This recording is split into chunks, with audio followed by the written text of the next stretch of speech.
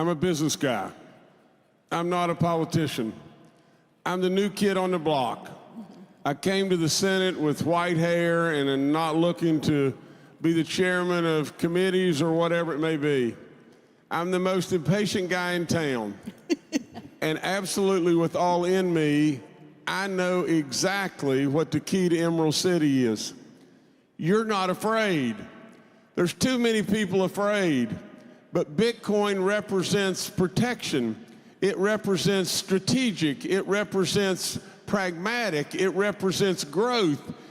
We're $37 trillion in debt today. $37 trillion. You hold the key to Emerald City right now. And what we've got to do is some way, somehow, bridge that key and make it become a reality.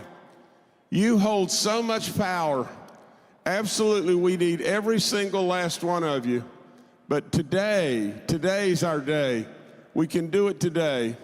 Bitcoin's moment in Washington is finally here, with Senator Jim Justice advocating for economic reform involving Bitcoin. Today, we'll discuss the keynote address from the Bitcoin 2025 event, featuring Senators Cynthia Lummis, Marsha Blackburn, and Jim Justice, highlighting Bitcoin's impact on reshaping America's financial strategy. President Trump supports the bill, and he has a team in the White House working on digital asset issues, everything from stablecoin to market structure to the Bitcoin Strategic Reserve. And they will probably roll out in that order. The Senate Banking Committee has passed the stablecoin bill out of committee. We're getting close to being ready to have it on the floor. We've worked for untold hours with the minority party to satisfy them, and we should be voting on it the week we get back from this break. Then we'll do market structure, and then we'll do the Bitcoin Strategic Reserve. And at that time, we'll be calling on you to help members of Congress in your states understand the importance. It's so important strategically to our country. Other countries are moving in the direction of establishing strategic Bitcoin reserves. The United States needs to lead in this area. Senator Lummis is proposing a financial modernization plan for the U.S., with the Bitcoin Reserve as its centerpiece, highlighting the geopolitical implications of this initiative. And the reason this is important is that a Bitcoin reserve will provide an alternative and some stability that you don't get from government bonds or from a fiat currency or from gold. And it is important that we have that option. I think also, Lauren, as we look at this, knowing that our allies watch what we do, that it is important for us to take these apprehended assets that we have, the Bitcoin that government already owns, and use that as our nest egg and continue to buy and feed into that. Senator Blackburn makes a compelling case here. With fiat currencies under strain and global eyes on U.S. fiscal behavior, a Bitcoin reserve doesn't just serve domestic policy, it signals leadership to the world. When China forbade mining of Bitcoin, they did the United States a big favor because a lot of those mining operations came here. President Trump has declared his stand for making Bitcoin mining and America conjoined. And so that's a good area to start. But having a strategic reserve is the ultimate way of having geopolitical advantage. I've talked to generals in our military who understand that economic power is as important as military power in addressing aggressors around the world. And there are generals in our military right now who are big supporters of having a strategic Bitcoin reserve for that reason. Lummis connects the dots between national security and digital infrastructure. When top military brass support Bitcoin as a strategic reserve, it repositions the asset from speculative to essential. We have about 5% of the world's gold in the United States in reserve. We need to have at least 5% of the world's Bitcoin in reserve. Yes. Absolutely. To complement our strategy with other strategic reserves, Senator Blackburn, how do you look at Bitcoin alongside the other reserves that we have in this country? Well, and we should do that. And that's why getting this strategic reserve fund in place is so vitally important. You know, one of the things that happens is that many of our allies follow what we do.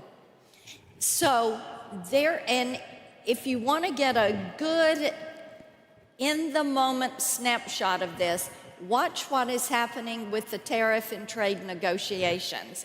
Everybody wants to be a part of our market. They want to be a part of our trade, and they will follow what we do. This isn't just policy, this is influence. Blackburn illustrates how America's decisions set the tone globally. A Bitcoin reserve here can spark action abroad, driving worldwide adoption through U.S. leadership. When you're $37 trillion in debt, you don't want to borrow more money to buy Bitcoin. You want to use assets that are underperforming and convert them to Bitcoin.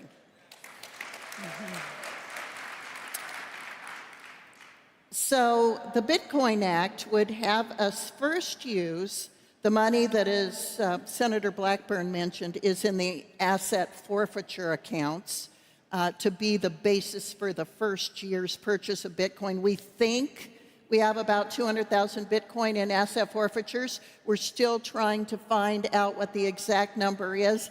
Now it's been classified, so the three of us are going to have to go to a classified briefing to understand why they classified the asset forfeiture funds in Bitcoin. Right. That said, then in years 2 through 5, we can buy 200,000 Bitcoin by converting what we have in what's called gold certificates. Lummis aims to fund the reserve using seized Bitcoin and undervalued government assets, avoiding new debt and the typical pitfalls of government spending. People in Tennessee are beginning to pay attention to this. I will also add, Chattanooga, Tennessee is developing a commercialized quantum network. And so you've got companies that are locating there.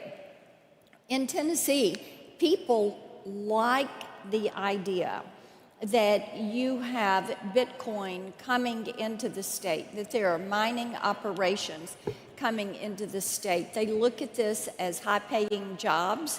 They look at this as jobs of the future, and as you see companies like Oracle, like Amazon, like the XAI that is in Memphis, and as they choose Tennessee to be their home, people say, this is what is going to give us jobs for our kids and our grandkids, and they want to see it there. Bitcoin isn't just a currency, it's an ecosystem. Tennessee is already seeing Bitcoin-related economic growth. Blackburn highlights how this movement is attracting major tech players and energizing local communities. You can't imagine what a hold that you have and what a player that you are in all the energy sector that is coming at us, and we need you. We need you so badly, it's off the chart. Now, West Virginia is an energy state, and we got a lot of really smart people there that have done an awful lot with energy forevermore. So we understand energy. Like Bo Jackson said, Bo knows, well, West Virginia knows energy. And they know of the crisis that is absolutely right at our doorstep. And they know of the potential that you have. You see, that's why I go back to just this. All of us together, you know, we're from 3 different states. We're from 3 different areas of the globe. But yet, we absolutely all get it. We all in this room get it. And absolutely now what we've got to do is make sure those out there get it.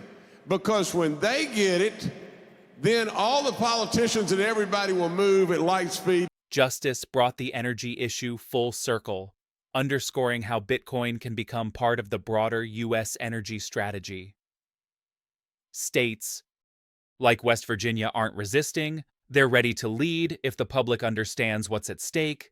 We have Bitcoin mining equipment pulled up right next to oil and gas wells that have not yet been connected to pipelines. They are mining while that methane's being vented and using the vented methane. So we're getting an environmental win-win. And there are other examples of where Bitcoin mining is being used around the country to take advantage of energy and baseload balancing like they're doing in Texas. When you have stable baseload, it works better. And so in Texas, they'll ramp down during the day when activities that are not mining Bitcoin related are occurring, and ramp up at night when the converse is true, balancing that baseload.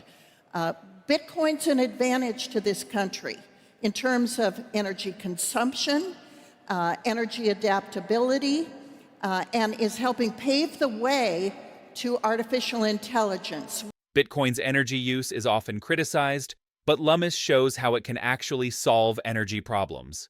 These mining rigs are stabilizing grids and reducing waste, turning Bitcoin into a surprising ally for sustainability. There's a reason the strategic Bitcoin reserve is coming after stablecoins and market structure. And it's because there's too many members of the Congress who don't understand why we need a Bitcoin reserve. Yes. That's where you come in. Yes. What we've been doing since this bill was filed last September for people to look at and start talking about is to try to find out who understands it and who can help us get it passed. Alaska Representative Begich is going to carry it in the House.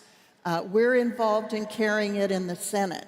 But I'm telling you, it's going to be a heavier lift than I thought because so many people don't understand the use case for Bitcoin or the strategic importance of Bitcoin. Help us teach them. Talk to your senator. Write an article. Do a blog. Get on social media. Get where you can help address the issue with them. We've heard about strategic planning, fiscal responsibility, energy innovation, and economic opportunity, all tied to one idea: a U.S. strategic Bitcoin reserve. The message from these lawmakers is loud and clear. This isn't a fringe movement anymore. It's national policy in the making. We know why we need one. We need the United States Senate and the U.S. House of Representatives to know why we need one. And once there's a greater mass of members of Congress who understand it, the president is going to step in and lead this effort. Now it's your turn. Do you think the U.S. should lead the world in adopting a Bitcoin reserve? What's the most compelling reason in your eyes? Let us know down below.